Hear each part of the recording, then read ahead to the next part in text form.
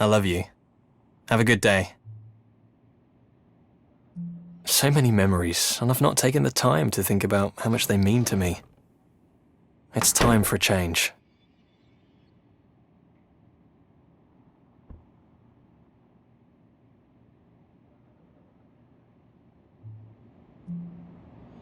I should have looked at this view more. I'll do that from now on.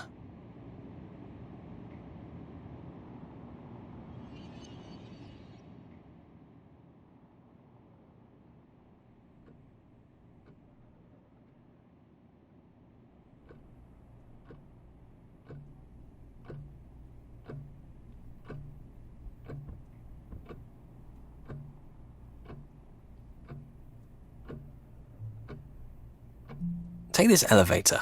So much work went into this, and I never even thought about it before now.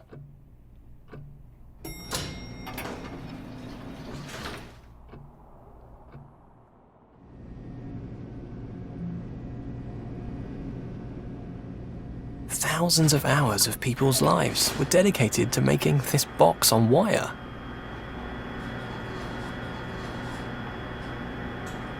I just assume it will always work. Only pay attention when something goes wrong.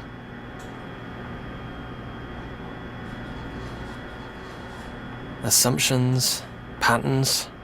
I've got to pay more attention.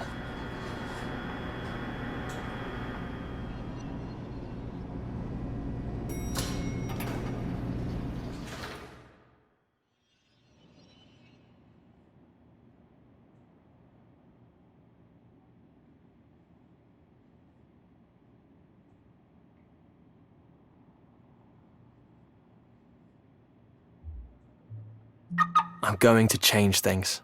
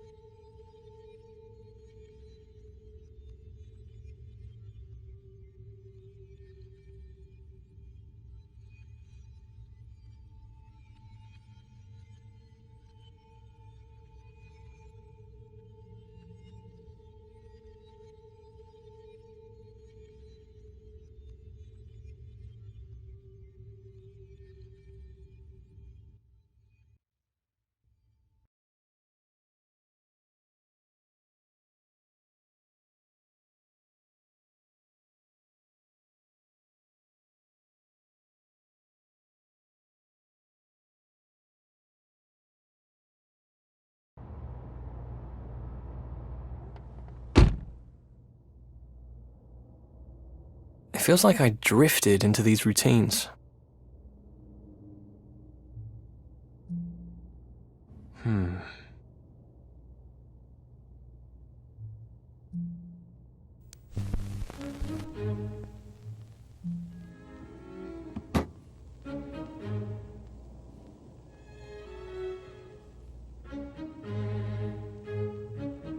Some routines have meaning and purpose. But, I don't know. We're getting lazy. I don't want that.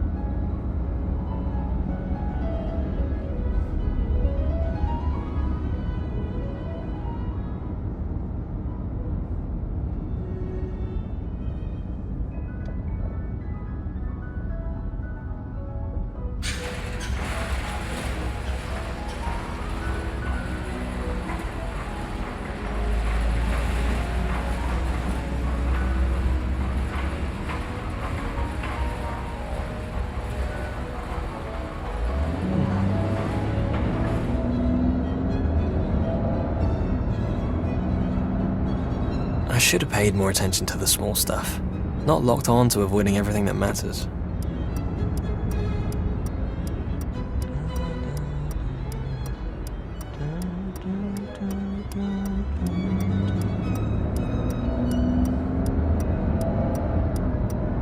Things are okay, but they're not going anywhere.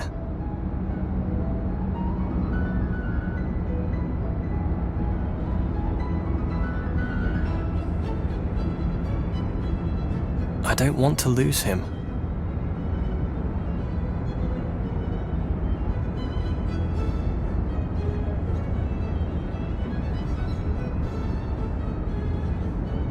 I always smile when I see that place.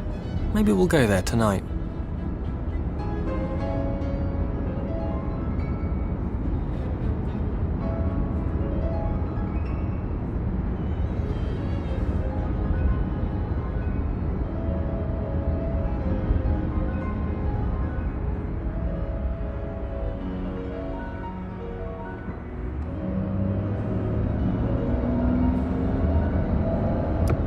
Maybe we'll go feed the ducks this weekend.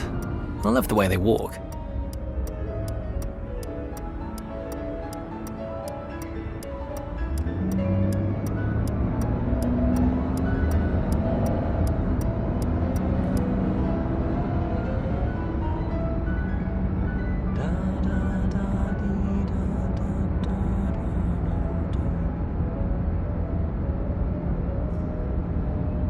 I'm happy with him.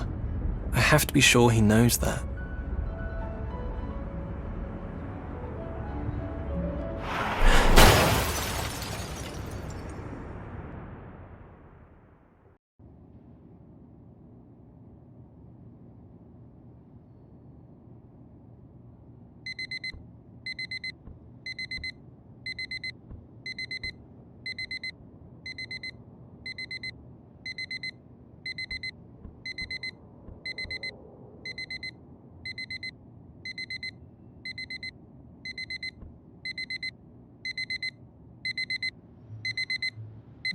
Patterns.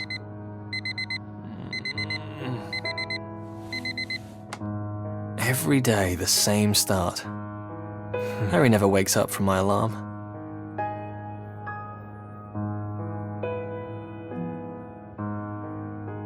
A routine is good, to a point. I used to love this efficiency, but I feel trapped by it now.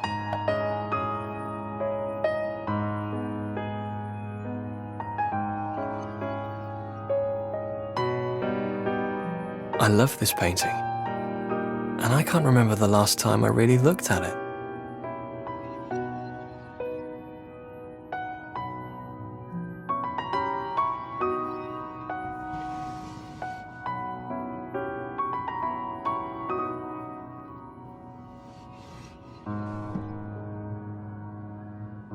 Great stories trapped in a moment. They're brilliant, but maybe I should add some new ones.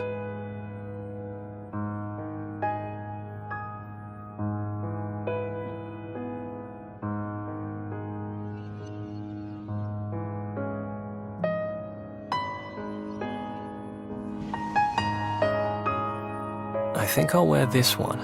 It's Harry's favorite t-shirt on me.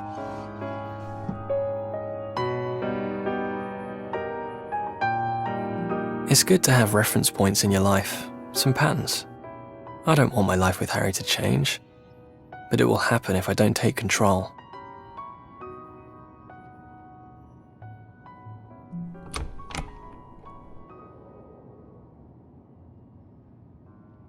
Even here I get into patterns.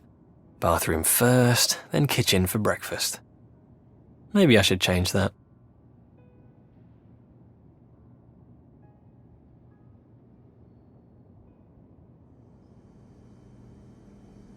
Every change helps. Tea.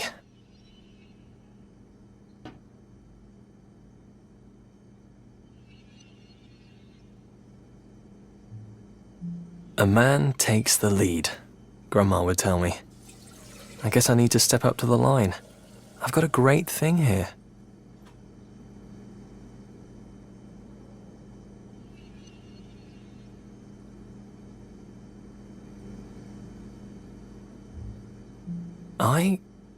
I should ask Harry to marry me.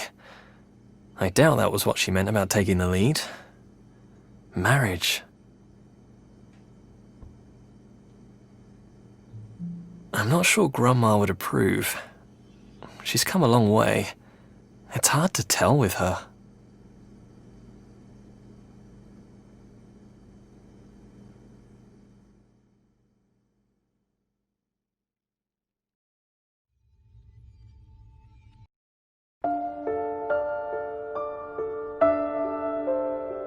Naturally, as Will's grandmother, I visited Will in hospital on the first day that he was born. James, Will's father, handed him to me, wrapped in a little blue blanket. I'll never forget that moment. He was such a handsome baby. James ran 3 London pubs in the 1980s, of that punk sort. He looked awful with that leather jacket and those sort of things. That's not the sort of thing for children. So I would babysit as often as possible to make sure he had someone normal in his life. That plant was about all Will saw of the outside when he was young. He preferred to make up stories rather than play outdoors. Will had to play by himself a lot. Sharon had complications at the birth, so he was never going to have brothers or sisters. James and Sharon would always be putting on some awful music, if you could call it that. Not my cup of tea at all. I turned it off first thing whenever I was babysitting. Will's mother is an American, Sharon. They met through James's pubs. She took Will away to America for 3 years when she and James split up. They got back together again, though. The magazines that Sharon read were full of paintings. I'm not sure they were very suitable for a young boy to be around, but I don't like to judge. James had horror books in the house, and I'm so glad they were kept on a high shelf away from Will. Terrible things. I just don't understand what pleasure there is in that kind of story. I loved Will. I always just wanted him to have the best possible start and to be successful. I suppose I sound awful, saying his parents were doing everything wrong.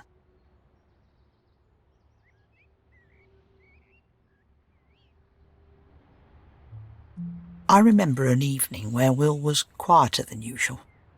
At first I thought he was ill.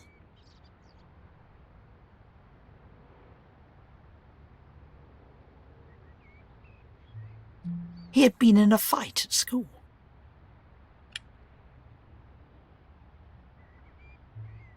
A boy had been calling a dark-skinned girl names. Will told the boy to stop, and he was punched in the stomach. I asked him if he had cried, and he said yes. I told him that big boys don't cry. I remember him asking me then, what do big boys do when they're sad? When he was grown up, I told him he would be a good man. He would be able to stand up to others. Even though he was hurt, I told him he was right to try to stop the bully.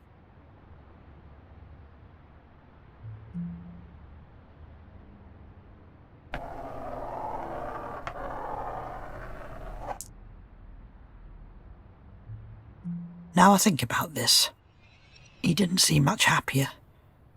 What should I have said? Will tripped over his toy van when he was going to bed.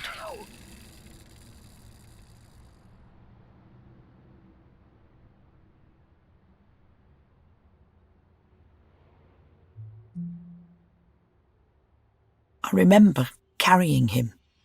He was trying so hard not to cry. He was so small in my arms. I've never forgotten that feeling.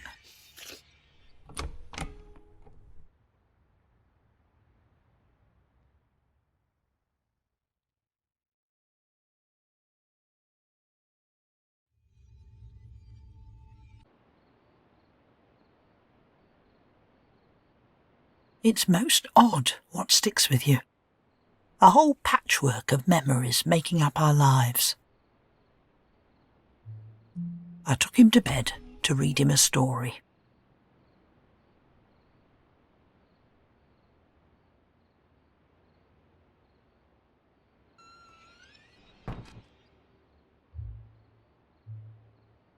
He liked ghost stories, but I thought he was too young for them. He would get very scared after the light was out. Sharon kept on buying him more, though. I always had to check the room for ghosts before he would settle down.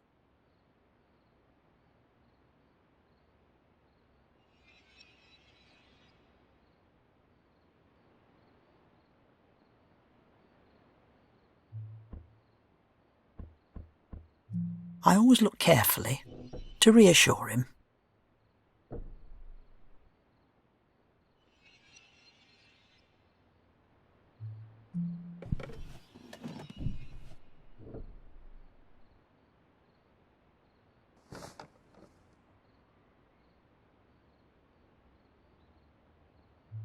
I remember that night because I promised him then that I would always be there for him, to protect him regardless of anything.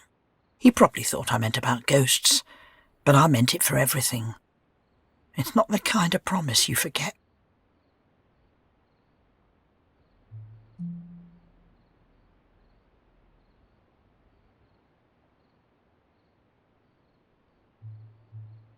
I wasn't reading a new ghost book. I was reading him Grimm's fairy tales. The old stories are much better than these new ones.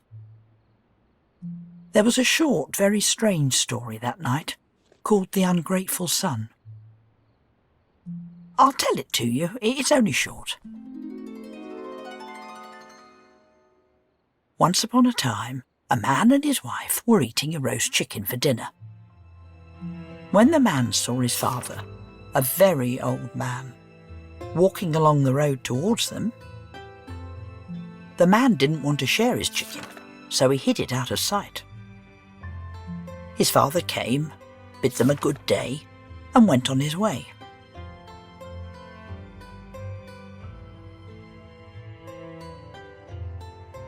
The man was happy with himself, told his wife to get the chicken and put it on the table again. But the chicken had transformed into a giant toad, which leapt onto the face of the man. The toad would never leave, and when his wife wanted to help, she was so afraid of it that she dared not go near. The man had to feed the toad every day from then on, or it would bite his face, and he never rested for the remainder of his life. That was a very strange story.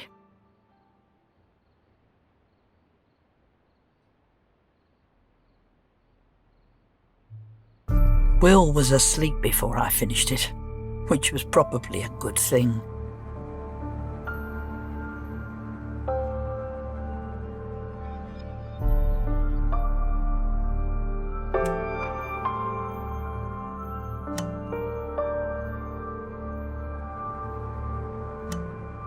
I felt strange after reading it.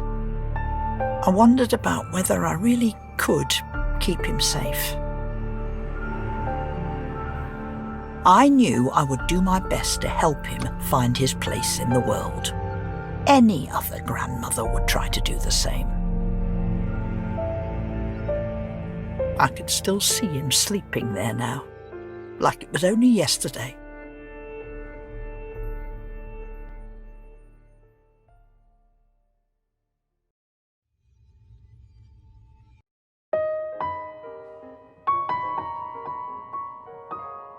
I never thought it would be easy, but I had raised James, so I thought I would be ready for anything from my grandson Will. The world changes so quickly.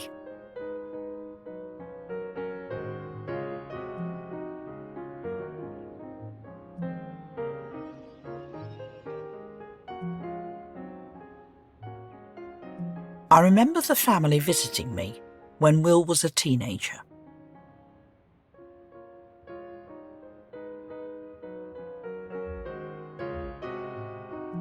Did you ever hear the song Here in My Heart? That was playing when Robert first kissed me. Al Martino had a beautiful voice. They don't sing like that anymore. Such a shame. I started a small collection of glass animals many years ago. I would buy a new one whenever I went to Brighton. It's good to get out of the house, enjoy the fresh sea air. We've family over in New Zealand. I went to visit them after James had grown up. We still write letters to each other, at Christmas, you know. It's important to stay in touch with your family, even when we're so spread out. My husband Robert was a writer. Sadly, he died before Will really knew him. He could have gone far if he'd applied himself a bit more.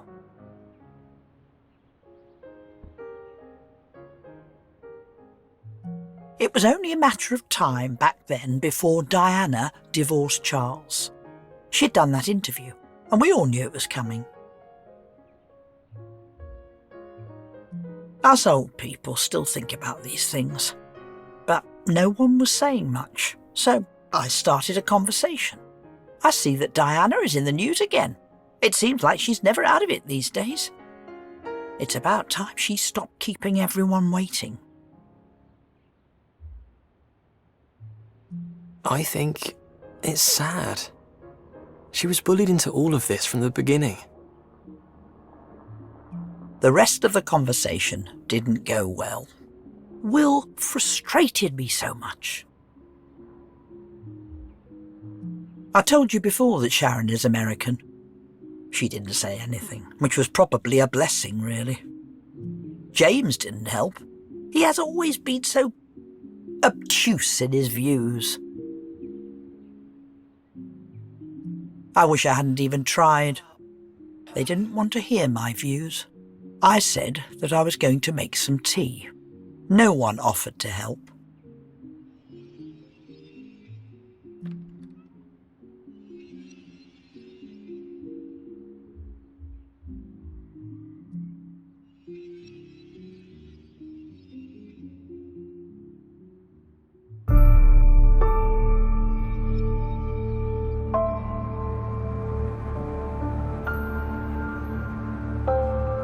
I felt patronised.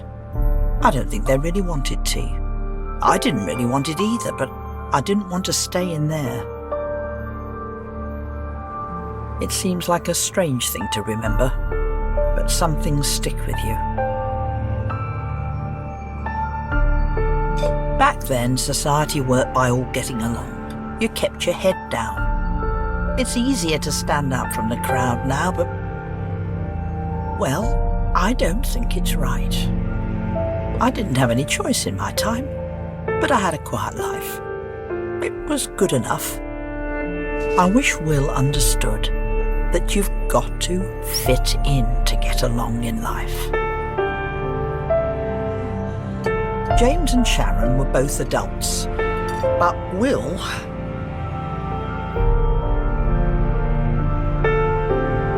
I was worried about him. Getting all these views. It could get him into trouble. Will was only at the start of his life, but those years are so important. I wanted him to keep his head down, not start arguments. I stood there, waiting for the tea to brew. And I cried. He was so headstrong, and he was going to make mistakes. I knew it. I couldn't change his mind. I knew something had been broken that day between Will and I.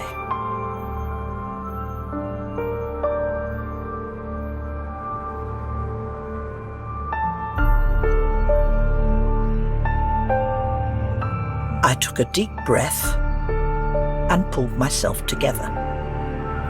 It's not the done thing to let others see you get upset.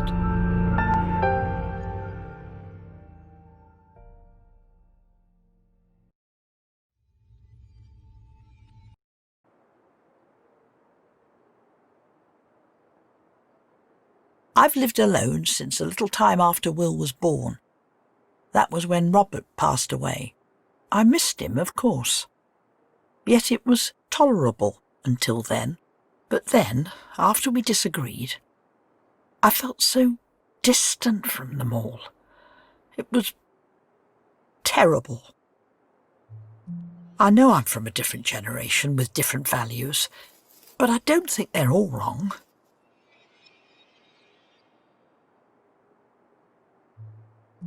I wasn't prepared to accept that Will wasn't going to talk to me anymore. His views, I felt he was putting his future at risk.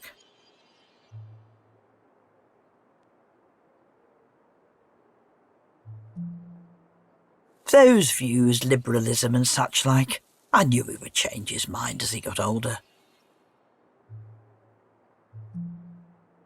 What damage might he do to his life before he saw that you need to fit in to get along?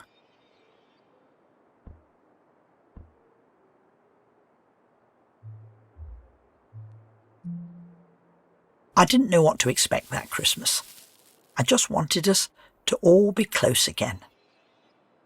But I was nervous. Doing Christmas by yourself takes a lot of work, but I like to keep busy.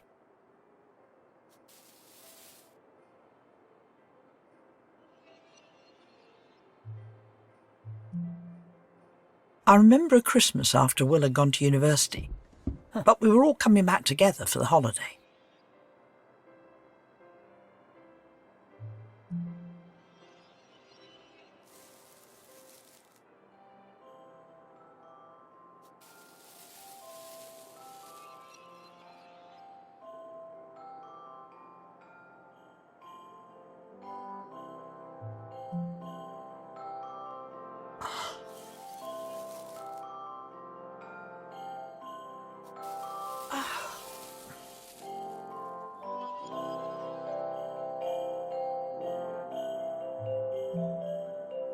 I try to keep in touch with friends. Of course, there was no email or that sort of thing back then. There's nothing like a real letter now, though.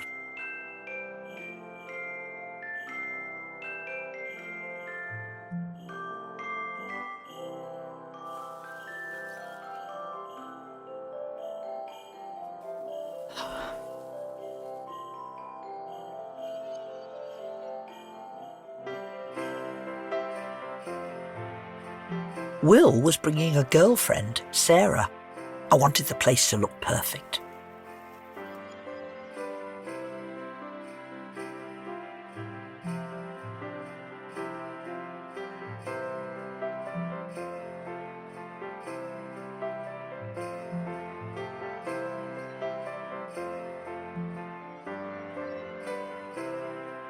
My family arrived just as the Christmas lunch was ready. It was perfect timing. I mentioned that Sharon took Will away for 3 years to America once, didn't I? Yes, I think I did. He was only 10. I missed so many important years. James is like my husband Robert. Kind at heart, but I wish he would apply himself. It was lovely meeting Sarah. She was a little shy, I think. She said a little about what she was studying and how happy she was with it all. She made a very good impression. Will and I hadn't spoken for months. I didn't know if he understood that when we disagreed, it was only because I cared so much about him. Will was growing up to be such a fine man.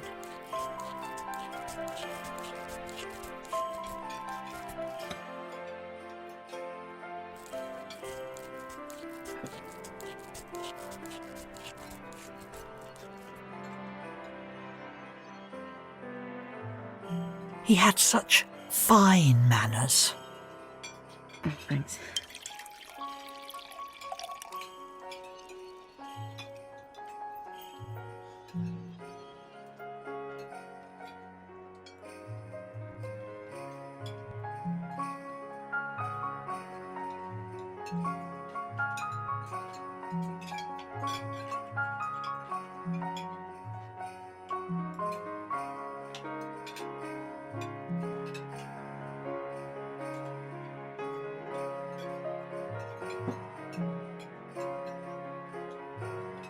It filled me with pride and hope to see him that day. He was becoming the man I had hoped he would be. With Sarah, I hoped he would be on track to a normal life. But that was the last time I saw her.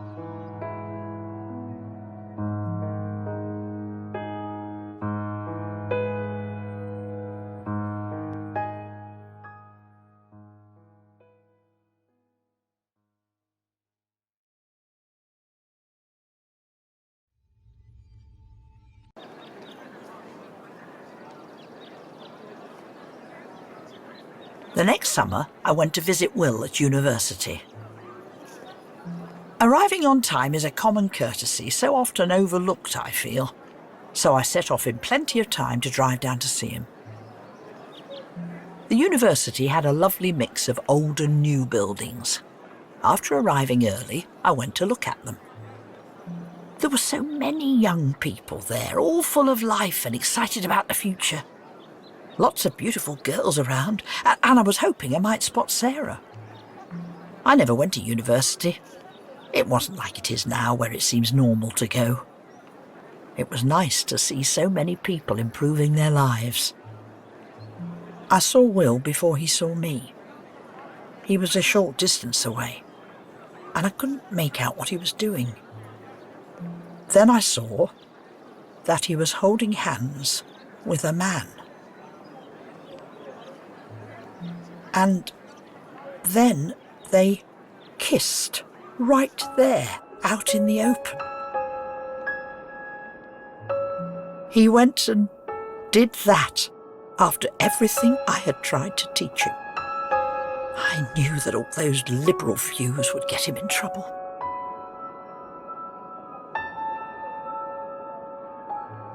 I left right away.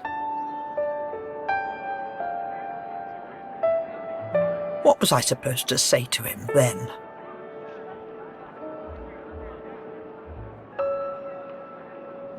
Will didn't see me. What was I supposed to do?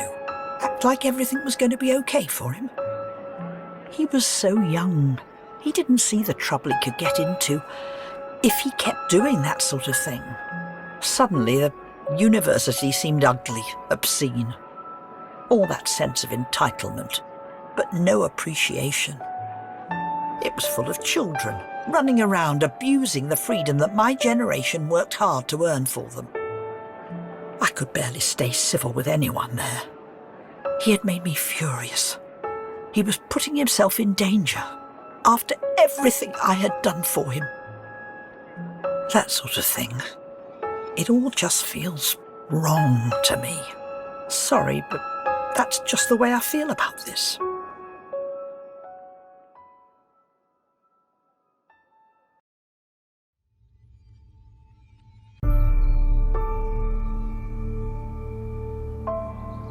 I barely saw Will for the next few years. I couldn't bring myself to talk to him. Looking back, it was silly.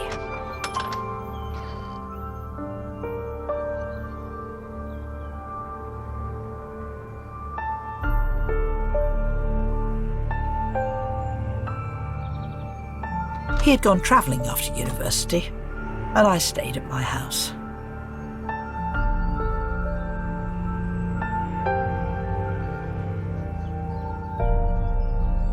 Being alone in a house by yourself. I said my husband Robert died when Will was young, didn't I? Being alone can make you live in the past. You watch the world change without you.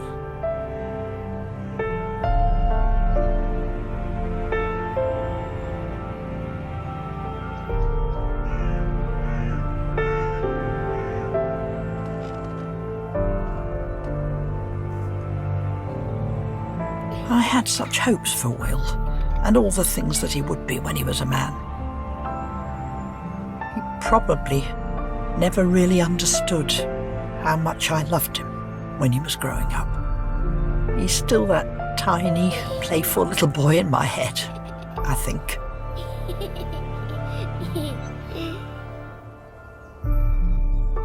But life goes on.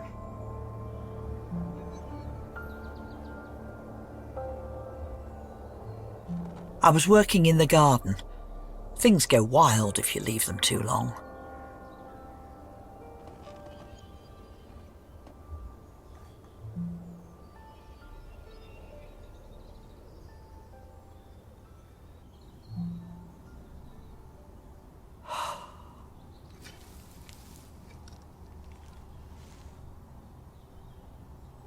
Will would occasionally send me a postcard from somewhere foreign on his travels.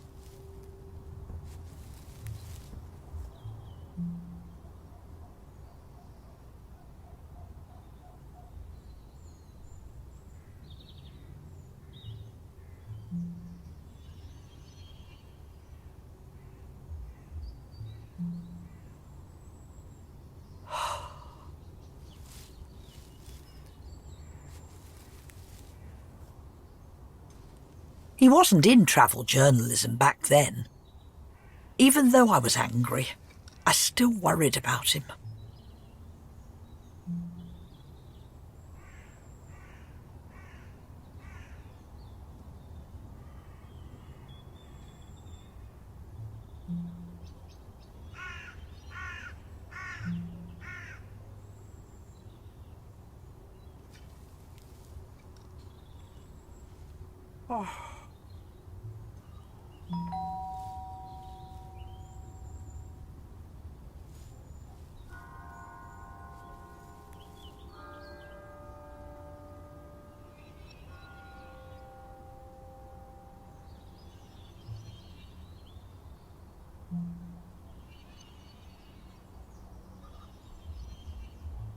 Of all the damn things, I twisted my ankle when I was going to answer it. I lay there feeling like a complete idiot.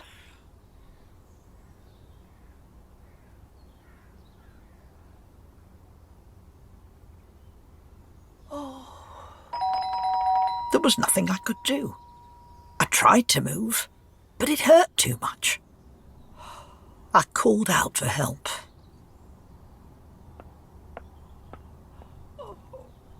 I heard someone coming around the side of the house.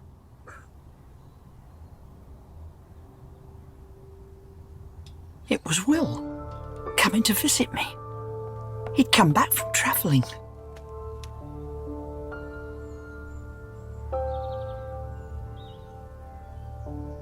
I'd ignored him for so long. I never made the effort to reach out to him, but he never gave up on me. It's okay. He looked after me anyway.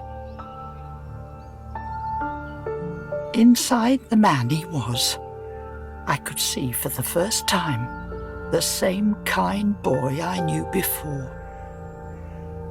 I don't claim that I'll understand some of his choices, Let's get you inside. but I had missed something. Distracted by just one part of him, I missed that he was the kind, strong, loving man I had always wanted him to be. The best sort of man. He was even kind to a fool like me.